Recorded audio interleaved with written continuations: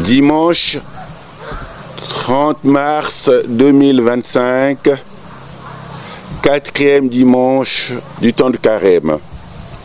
Évangile de Jésus-Christ selon saint Luc. En ce temps-là, les publicains et les pécheurs venaient tous à Jésus pour l'écouter. Les pharisiens et les scribes récriminaient contre lui. Cet homme fait bon accueil aux pécheurs et il mange avec eux. Alors, Jésus leur dit cette parabole. Un homme avait 2 fils. Le plus jeune dit à son père, « Père, donne-moi la part de fortune qui me revient. » Et le père leur partagea ses biens. Peu de jours après, le plus jeune rassembla tout ce qu'il avait et partit pour un pays lointain, où il dilapida sa fortune en menant une vie de désordre. Il avait tout dépensé quand une grande famine survint dans ce pays et il commença à se trouver dans le besoin. Il alla s'engager auprès d'un habitant de ce pays qu'il envoya dans ses champs garder les porcs.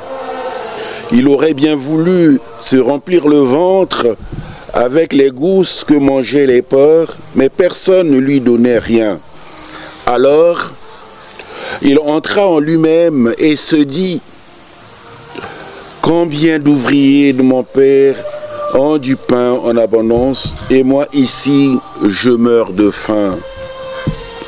Je me lèverai, j'irai vers mon père, et je lui dirai, Père, j'ai péché contre le ciel et envers toi. Je ne suis plus digne d'être appelé ton fils. Traite-moi comme l'un de tes ouvriers. » Il se leva et s'en alla vers son père. Comme il était encore loin, son père l'aperçut et fut saisi de compassion. Il courut se jeter à son cou et le couvrit de baisers. Le fils lui dit, « Père, j'ai péché contre le ciel et envers toi. Je ne suis plus digne d'être appelé ton fils. » Mais le père dit à ses serviteurs, « Vite, apportez le plus beau vêtement pour l'habiller. Mettez-lui une bague au doigt et des sandales aux pieds. Allez chercher le veau gras, tuez-le, mangeons et festoyons, car mon fils que voilà était mort. Il est revenu à la vie, il était perdu et il est retrouvé. » Et ils commencèrent à festoyer. Or, le fils aîné était au champ. Quand il revint et fut près de la maison, il entendit la musique et les danses. Appelant un des serviteurs, il s'informa de ce qui se passait.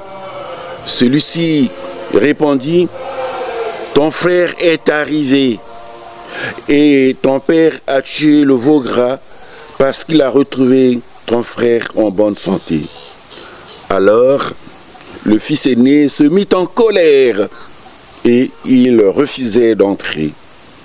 Son père sortit le supplier, mais il répliqua à son père, « Il y a tant d'années que je suis à ton service sans avoir jamais transgressé tes ordres, et jamais tu ne m'as donné un chevreau pour festoyer avec mes amis. Mais quand ton fils que voilà est revenu, après avoir dévoré ton bien avec des prostituées, tu as fait tuer pour lui le veau gras.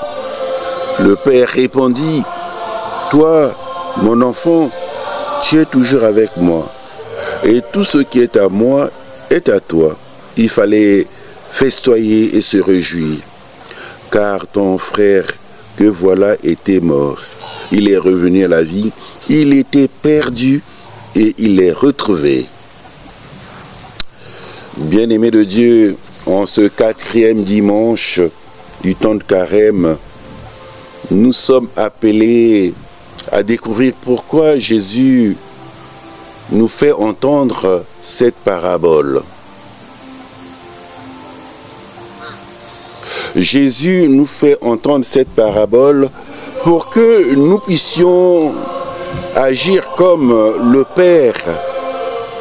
Le temps de Carême est un temps où nous exerçons pour devenir peu à peu comme Dieu le souhaite.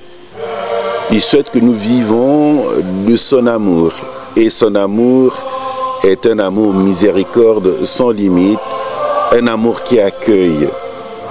Et cet amour qui accueille nous invite à être vis-à-vis de tout le monde, comme ce que dit le Père à son fils aîné. Toi, mon enfant, tu es toujours avec moi, et tout ce qui est à moi est à toi. Il fallait festoyer et se réjouir, car ton frère que voilà était mort, il est revenu à la vie. Il était perdu, il est retrouvé.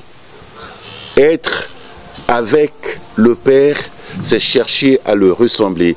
Jésus est allé au désert pour être en communion à son Père par la prière, pour une manière de retrouver les forces nécessaires et ressembler à son Père. En ressemblant à son Père, il va peut-être choquer, comme l'écrit Saint Luc dans cet évangile, où les pharisiens et les scribes qui récriminaient contre Jésus, cet homme fait bon accueil aux pécheurs et il mange avec eux. Nous qui ressemblons à Jésus, qui voulons ressembler en tout cas à Jésus, et donc par voie de conséquence au Père, essayons d'associer les autres et tous les autres.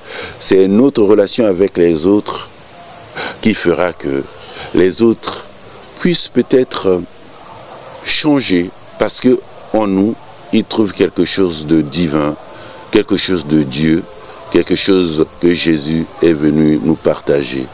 Alors que ce temps soit vraiment un exercice pour essayer d'accueillir l'amour fou de Dieu. Cet amour qui rassemble, qui pardonne et qui fait que nous soyons un en famille. Amen.